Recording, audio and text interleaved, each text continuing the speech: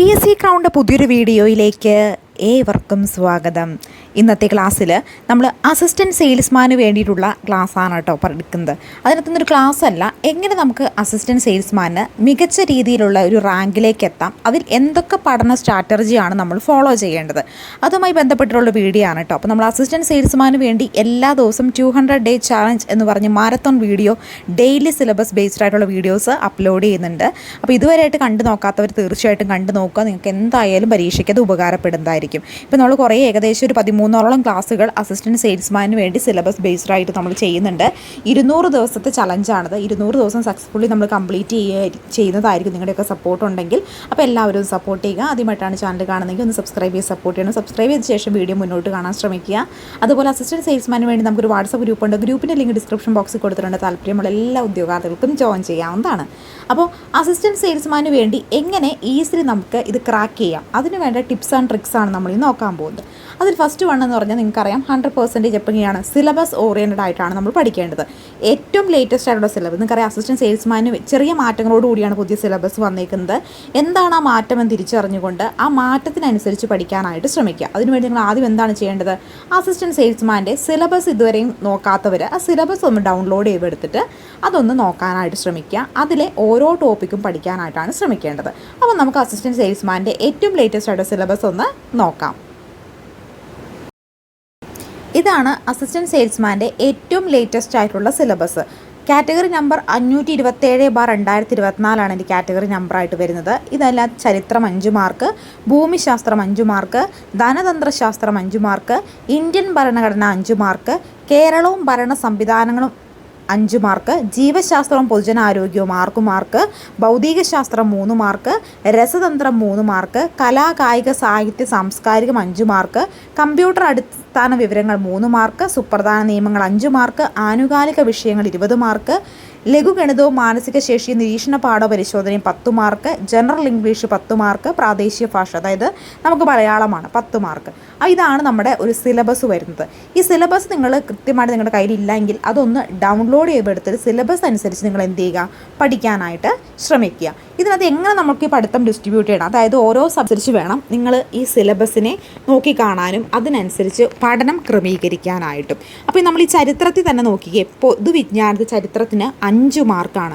ഈ ചരിത്രത്തിൽ 5 മാർക്ക് വരുമ്പോൾ എന്തൊക്കെ കാര്യങ്ങൾ പഠിക്കണം, കേരളത്തിലെയും ഇന്ത്യയിലെയും ലോകത്തിലെയും ചരിത്രം, ഇത്രയും കാര്യങ്ങൾക്കാണ് എന്തു വരുന്നത്, ഈ 5 മാർക്ക് വരുന്നത്. ചരിത്രം എന്ന് പറയുമ്പോൾ നിങ്ങൾ നോക്കിക്കേ, ഈ ഒരു ചരിത്രത്തിൽ വെറും ചരിത്രം എന്ന് പറഞ്ഞാൽ 5 മാർക്കാണ് കൊടുത്തേക്കുന്നത്. പക്ഷേ ചരിത്രത്തിൽ ഡീപ്പിലേക്ക് ഇറങ്ങുമ്പോൾ കേരള ചരിത്രവും ഇന്ത്യൻ ചരിത്രവും അതുപോലെ ലോക ചരിത്രവുമാണ് പഠിക്കേണ്ടത്. അപ്പോൾ നമ്മളിപ്പോൾ പൊതുവിജ്ഞാനം എന്ന് പറയുന്ന ടോപ്പിക്കാണ് ഇപ്പോൾ സിലബസ് ബേസ്ഡ് ആയിട്ട് എടുത്തു പോകുന്നത്. അത് നമ്മൾ എന്തൊക്കെ കാര്യങ്ങൾ പഠിച്ചു കഴിഞ്ഞു, യൂറോപ്യന്മാരുടെ വരവിനെക്കുറിച്ച് പഠിച്ചു, അതുപോലെ മാർത്താണ്ഡവർമ്മ മുതൽ ശ്രീ ചിത്തിര തിരുനാൾ എന്ന് പറഞ്ഞ ടോപ്പിക്ക് പഠിച്ചു, കേരളത്തിലെ ദേശീയ പ്രസ്ഥാനങ്ങൾ പഠിച്ചു, പിന്നെ നമ്മൾ എന്ത് പഠിച്ചു, ഇന്ത്യൻ നാഷണൽ കോൺഗ്രസിനെ കുറിച്ച് പഠിച്ചു.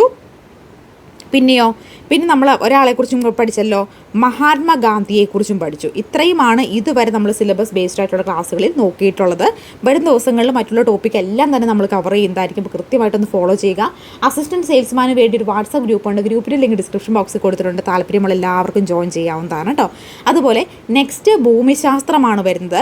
ഭൂമിശാസ്ത്രവും എങ്ങനെ തന്നെയാണ്, കേരള ഭൂമിശാസ്ത്രവും ഇന്ത്യൻ ഭൂമിശാസ്ത്രവും അതുപോലെ തന്നെ എന്താണ് കോമൺ ആയിട്ട് ഭൂമിശാസ്ത്രം ബന്ധപ്പെട്ടുള്ള ഭൂമിശാസ്ത്രത്തിൻ്റെ അടിസ്ഥാന തത്വങ്ങൾ, ഭൂമിയുടെ ഘടന, അങ്ങനെ കോമൺ ആയിട്ട് പഠിക്കാനുള്ള കാര്യങ്ങൾ കൂടാതെ തന്നെ ഇന്ത്യയുടെയും കേരളത്തിൻ്റെയും ഭൂമിശാസ്ത്രവുമായി ബന്ധപ്പെട്ടുള്ള കാര്യങ്ങളും പഠിക്കണം. പിന്നെ ധനതന്ത്രശാസ്ത്രം, ഇന്ത്യൻ ഭരണഘടനയിൽ ഇത്രയുമാണ്: ഭരണഘടന നിർമ്മാണ സമിതി, ആമുഖം, പൗരത്വം, മൗലിക അവകാശങ്ങൾ, നിർദ്ദേശ തത്വങ്ങൾ, മൗലിക കടമകൾ, ഗവൺമെൻറ് പ്രധാനപ്പെട്ട ഘടകങ്ങൾ, അങ്ങനെ പറഞ്ഞിട്ടൊക്കെ കാര്യങ്ങളാണ് പഠിക്കാനുള്ളത്. ഈ സിലബസ് ഡീറ്റെയിൽ ആയിട്ട് പറയുന്നില്ല. സിലബസ് എന്താണെന്നും എങ്ങനെയൊക്കെ പഠിക്കണമെന്നും അത്ര ഡീറ്റെയിൽ ആയിട്ട് ഞാൻ സിലബസിന് മെയിൻ ഫോക്കസ് ചെയ്തുകൊണ്ട് ഓൾറെഡി ഒരു വീഡിയോ ചെയ്തിട്ടുണ്ട്. അത് കണ്ടു നോക്കിയവർക്ക് വീണ്ടും ഇത് ബോറടിക്കും. അത് കാരണം സിലബസിനെ മുഴുവൻ എടുത്ത് പറയുന്നില്ല. ഭൗതികശാസ്ത്രം കണ്ടോ, 3 മാർക്കാണ് ഭൗതികശാസ്ത്രത്തിനുള്ളത്. ഭൗതികശാസ്ത്രം 3 മാർക്കിൻ്റെ 8ഓളം ടോപ്പിക്കുകളും അതനുബന്ധ വിഷയങ്ങളും തന്നെ പഠിക്കാനുണ്ട്. രസതന്ത്രം 3 മാർക്കാണ്. കലാ കായിക സാഹിത്യ സാംസ്കാരിക മേഖല 5 മാർക്കാണ്. കല, കായികം, പിന്നെന്താണ് സാംസ്കാരികം വരുമ്പോൾ തന്നെ ഒത്തിരി ടോപ്പിക്കുകൾ കവർ ചെയ്യുന്നുണ്ട് അല്ലേ. അപ്പോൾ ഇത്രയും ഡീപ്പായിട്ടുള്ള സിലബസ് നമുക്ക് പഠിക്കാനുണ്ട്. അപ്പോൾ സിലബസിനെ അറിയുക എന്ന് വളരെ ഇമ്പോർട്ടൻ്റ് ആണ്. അപ്പോൾ നിങ്ങൾ സിലബസ് ഡൗൺലോഡ് ചെയ്ത് എടുത്തിട്ടില്ലെങ്കിൽ തീർച്ചയായിട്ടും ഡൗൺലോഡ് ചെയ്തെടുക്കുക. അതാണ് ഒന്നാമത്തെ കാര്യം. എന്താണ്? സിലബസ് ഓറിയൻ്റ് ആയിട്ട് പഠിക്കുക. ഇനി സെക്കൻഡ് കാര്യം എന്ന് പറയുന്നത് അത് SCERT പാഠപുസ്തകങ്ങൾ പഠിക്കുക എന്നതാണ്. SCERT പാഠപുസ്തകങ്ങൾ എന്ന് പറയുമ്പോൾ ഏതൊക്കെ SCERT ആണ് മെയിൻ ഫോക്കസ് ആയിട്ട് പഠിക്കേണ്ടത്?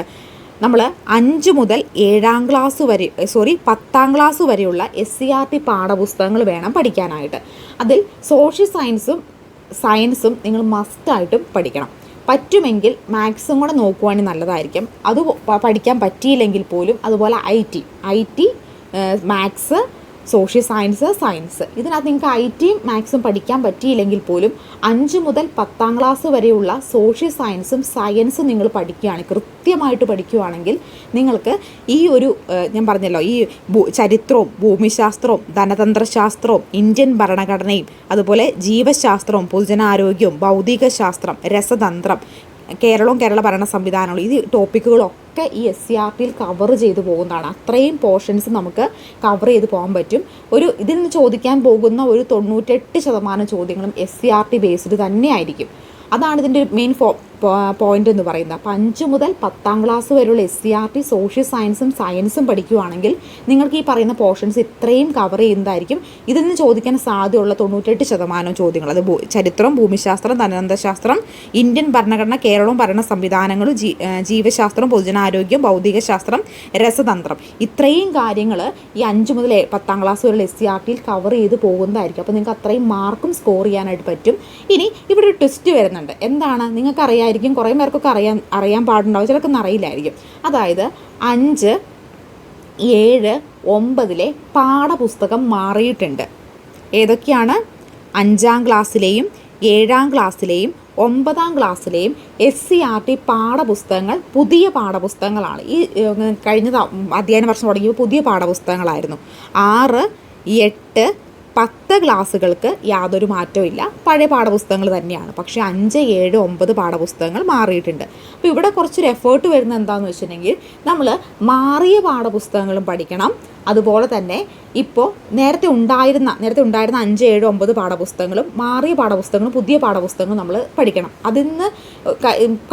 ഇതിനു മുമ്പ് ഉണ്ടായിരുന്ന പാഠപുസ്തകങ്ങൾ ഇപ്പോഴത്തെ പാഠപുസ്തകം തമ്മിലുള്ള വ്യത്യാസം എന്താണെന്ന് വെച്ചിട്ടുണ്ടെങ്കിൽ കുറേയും കൂടെ പോയിൻറ്റ്സ് ആഡ് ചെയ്ത് കൊടുക്കപ്പെട്ടിട്ടുണ്ട്. അതായത് 5, 7, 9 പാഠപുസ്തകങ്ങൾ മാറിയ പാഠപുസ്തകങ്ങളിൽ ഒരുപാട് പോയിന്റുകൾ നേരത്തെ ഉണ്ടായിരുന്ന 5ാം ക്ലാസ്സിലെ ടെക്സ്റ്റ് ബുക്ക് 7ാം ക്ലാസ്സിലെ 9ാം ക്ലാസ് ടെക്സ്റ്റ് ബുക്ക് കമ്പയർ ചെയ്യുമ്പോൾ ഒത്തിരി പോയിന്റ് അഡീഷണൽ ആയിട്ടുണ്ട്.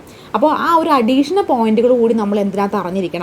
ഈ പുതിയ പരീക്ഷ അസിസ്റ്റൻറ്റ് സെയിൽസ്മാൻ പരീക്ഷ എഴുതാൻ പോകുന്നവർ അറിഞ്ഞിരിക്കണം. അതുകൊണ്ട് പഴയ പാഠപുസ്തകങ്ങളും പുതിയ പാഠപുസ്തകങ്ങളും പഠിക്കണം. അപ്പോൾ അതിനായിരിക്കും പഴയ പാഠപുസ്തകങ്ങളും പുതിയ പാഠപുസ്തകങ്ങളും എങ്ങനെ പഠിക്കാൻ പറ്റുമെന്ന് അതിൻ്റെയൊക്കെ വീഡിയോ ഉടനെ തന്നെ ഞാൻ ആരംഭിക്കുന്നതായിരിക്കും. പഴയ പാഠപുസ്തകത്തിൻ്റെയും പുതിയ പാഠപുസ്തകത്തിൻ്റെയും ഒക്കെ ഡിഫറൻസോട് കൂടി എന്താണ് വ്യത്യാസം വരുന്നതെന്ന് പറഞ്ഞ് പുതിയൊരു മാരത്തോൺ സീരീസ് ആരംഭിക്കാം. അപ്പോൾ നിങ്ങൾക്കത് ഉപകാരപ്പെടുന്നതായിരിക്കും. ഇനി ഇതാണ് സെക്കൻഡ് പോയിന്റ്, SCERT പാഠപുസ്തകങ്ങൾ പഠിക്കാം. ഇനി ദ തേർഡ് പോയിന്റ് എന്ന് പറയുന്നത് ഇതൊരു റാങ്ക് മേക്കിംഗ് പോയിന്റ് ആണ്. വേറെ ഒന്നുമല്ല, നിങ്ങൾ പ്രീവിയസ് ഇയർ ക്വസ്റ്റ്യൻ പേപ്പർ പഠിക്കുക. അതാണ് ദ ബെസ്റ്റ് ഓപ്ഷൻ എന്ന് പറയുന്നത്. പ്രീവിയസ് ഇയർ ക്വസ്റ്റ്യൻ പേപ്പർ പഠിക്കുമ്പോൾ എന്ത് പ്രീവിയസ് ഇയർ ക്വസ്റ്റ്യൻ പേപ്പർ പഠിക്കണമെന്ന് മനസ്സിലാക്കിയിരിക്കുക. അതായത് നമ്മൾ വലിച്ചു വാരി PSC ഇതുവരെ നടത്തിയിട്ടുള്ള മൊത്തം PSC പരീക്ഷകൾ എടുത്ത് പഠിക്കുകയല്ല വേണ്ടത്. നിങ്ങൾ പഠിക്കേണ്ടത് 2023 2024 PSC നടത്തിയിട്ടുള്ള ജനറൽ പരീക്ഷയുടെ ക്വസ്റ്റ്യൻ പേപ്പേഴ്സാണ് നിങ്ങൾ പഠിക്കേണ്ടത്. എന്ത് പരീക്ഷയുടെയാണ്? ജനറൽ പരീക്ഷയുടെ ക്വസ്റ്റ്യൻ പേപ്പേഴ്സാണ് സെലക്ട് ചെയ്ത് പഠിക്കേണ്ടത്. അല്ലാതെ എന്തെങ്കിലും പ്രത്യേക പരീക്ഷകൾ PSC ഫോർ എക്സാമ്പിൾ നേഴ്സിങ്ങിന് വേണ്ടി നടത്തിയേക്കുന്ന പരീക്ഷ, അല്ലെങ്കിൽ ലാബ് ടെക്നീഷ്യന് വേണ്ടി നടത്തിയേക്കുന്ന പരീക്ഷ, അല്ലെങ്കിൽ അഗ്രികൾച്ചർ ഓഫീസറിന് വേണ്ടി നടത്തിയേക്കുന്ന പരീക്ഷ, അങ്ങനെ എന്തെങ്കിലും സ്പെഷ്യലൈസ്ഡ് കാറ്റഗറിയിലുള്ള പരീക്ഷയുടെ ക്വസ്റ്റ്യൻ പേപ്പർ ഒന്നും നമ്മൾ പഠിക്കേണ്ട. ജനറൽ കോമൺ ആയിട്ട് PSC നടത്തുന്ന പരീക്ഷയുടെ ക്വസ്റ്റ്യൻ പേപ്പറാണ് പഠിക്കേണ്ടത്. അത് നിങ്ങൾ എഴുതാൻ പോകുന്ന പരീക്ഷ 2025 ആയതുകൊണ്ട് ഇതിന് മുമ്പുള്ള 2 വർഷത്തെ, അതായത് 2 വർഷം എന്ന് പറയുമ്പോൾ 2023 2024 പ്രീവിയസ് ഇയർ ക്വസ്റ്റ്യൻ പേപ്പറാണ് പഠിക്കേണ്ടത്. അത് ഏതാണ് പഠിക്കേണ്ടത്? PSC നടത്തിയിട്ടുള്ള ജനറൽ പരീക്ഷകളുടെ മാത്രം പഠിച്ചാൽ മതി. 2023 PSC 26 ജനറൽ പരീക്ഷകളാണ് നടത്തിയിട്ടുള്ളത്. 2023 PSC 26 ജനറൽ പരീക്ഷകളാണ് നടത്തിയിട്ടുള്ളത്. 26 ജനറൽ പരീക്ഷയുടെ ക്വസ്റ്റ്യൻ പേപ്പറാണ് നിങ്ങൾ പഠിക്കേണ്ടത്. ഇനി 2024 PSC 25 ജനറൽ പരീക്ഷകളാണ് നടത്തിയിട്ടുള്ളത്. അതിൻ്റെ ക്വസ്റ്റ്യൻ പേപ്പറാണ് നിങ്ങൾ പഠിക്കേണ്ടത്. ഈ പ്രീവിയസ് ഇയർ ക്വസ്റ്റ്യൻ പേപ്പർ മാത്രം വർക്കൗട്ട് ചെയ്താൽ പോലും നിങ്ങൾക്ക് നല്ലൊരു മാർക്ക് സ്കോർ ചെയ്യാം. കാരണം ഒത്തിരി ചോദ്യങ്ങൾ റിപ്പീറ്റ് ചെയ്ത് ചോദിക്കുന്നുണ്ട്.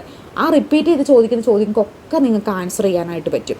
അപ്പോൾ നിങ്ങൾ എന്ത് ചെയ്യുക, പ്രീവിയസ് ഇയർ ക്വസ്റ്റ്യൻ പേപ്പർ പഠിക്കുക എന്ന് പറഞ്ഞാൽ ദ ബെസ്റ്റ് ആയിരിക്കും. ദ ബെസ്റ്റ് എന്ന് പറഞ്ഞാൽ അത്ര പീക്ക് പോയിന്റ് ആയിരിക്കും. നിങ്ങൾക്ക് റാങ്ക് മേക്കിംഗ് ആയിരിക്കും പ്രീവിയസ് ഇയർ ക്വസ്റ്റ്യൻ പേപ്പർ പഠിക്കുക. അപ്പോൾ അസിസ്റ്റൻറ്റ് സെയിൽസ്മാന് വേണ്ടി മുൻവർഷ ചോദ്യങ്ങളിലൂടെ എന്ന് പറഞ്ഞ് നമ്മൾ സീരീസ് ആരംഭിച്ചിട്ടുണ്ട്. കഴിഞ്ഞ ദിവസം നമ്മൾ 3ാമത്തെ ക്വസ്റ്റ്യൻ പേപ്പർ ഡിസ്കസ് ചെയ്തു.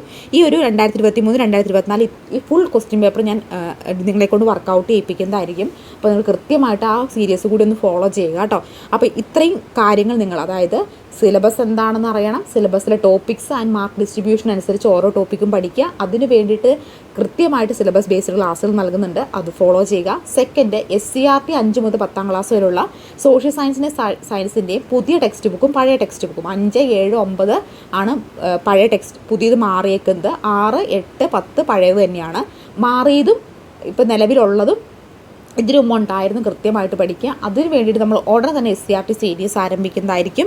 കൂടാതെ 2023-ലെയും 2024-ലെയും മുൻവർഷ ചോദ്യങ്ങൾ ജനറൽ PSC നടത്തിയിട്ടുള്ള 2023 നടത്തിയിട്ടുള്ള ജനറൽ PSCയുടെ 26 ചോദ്യ പേപ്പറുകളും 2024, 25 ചോദ്യ പേപ്പറുടെ മുൻവർഷ ചോദ്യ പേപ്പർ ചോദ്യങ്ങൾ വർക്കൗട്ട് ചെയ്ത് പഠിക്കുകയാണെങ്കിൽ ദ ബെസ്റ്റ് ആയിരിക്കും.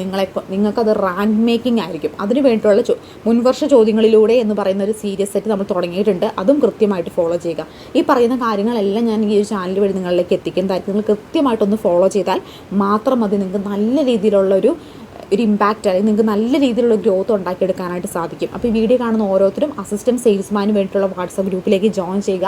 നിങ്ങൾക്കത് പരീക്ഷയ്ക്ക് ഒരുപാട് ഹെൽപ്പ് ചെയ്യുന്നതായിരിക്കും. അപ്പോൾ ഈ പ്രീവിയസ് ഇയർ ക്വസ്റ്റ്യൻ പേപ്പറിൻ്റെ സെറ്റ് ഉണ്ട്. അപ്പോൾ ആർക്കെങ്കിലും വേണമെങ്കിൽ ഡിസ്ക്രിപ്ഷൻ ബോക്സിൽ നമ്പർ കൊടുത്തേക്കാം, അല്ലെങ്കിൽ സ്ക്രീനിൽ നമ്പർ കൊടുത്തേക്കാം. നിങ്ങൾ ആ നമ്പറിൽ വാട്സപ്പിൽ മെസ്സേജ് ചെയ്ത് കഴിഞ്ഞിട്ട് നിങ്ങൾക്ക് പ്രീവിയസ് ഇയറിൻ്റെ ക്വസ്റ്റ്യൻ പേപ്പർ സെറ്റ് തരാം കേട്ടോ. കൂടെ OMR ഷീറ്റും വർക്കൗട്ട് ചെയ്യാൻ തരാം. നിങ്ങൾക്ക് OMR ഷീറ്റ് ഒരുപാട് തരത്തിൽ ഹെൽപ്ഫുൾ ആയിരിക്കും ഈ ഒരു മിഷൻ കംപ്ലീറ്റ് ആക്കുന്നതിന് വേണ്ടിയിട്ട്. അപ്പോൾ OMR ഷീറ്റിലൂടെ വർക്കൗട്ട് ചെയ്യുകയാണെങ്കിൽ ഒരുപാട് ഹെൽപ്പായിരിക്കും. അപ്പോൾ മറക്കേണ്ട, ആർക്കെങ്കിലും വേണമെങ്കിൽ ഈ നമ്പറിൽ വാട്സപ്പ് മെസ്സേജ് ചെയ്താൽ മതി. തരാം കേട്ടോ, question paper previous year set തരാമേ. അപ്പോൾ കൃത്യമായിട്ട് ചാനൽ സബ്സ്ക്രൈബ് ചെയ്ത് സപ്പോർട്ട് ചെയ്യുക. അടുത്ത വീഡിയോ കാണാം. Thank you so much.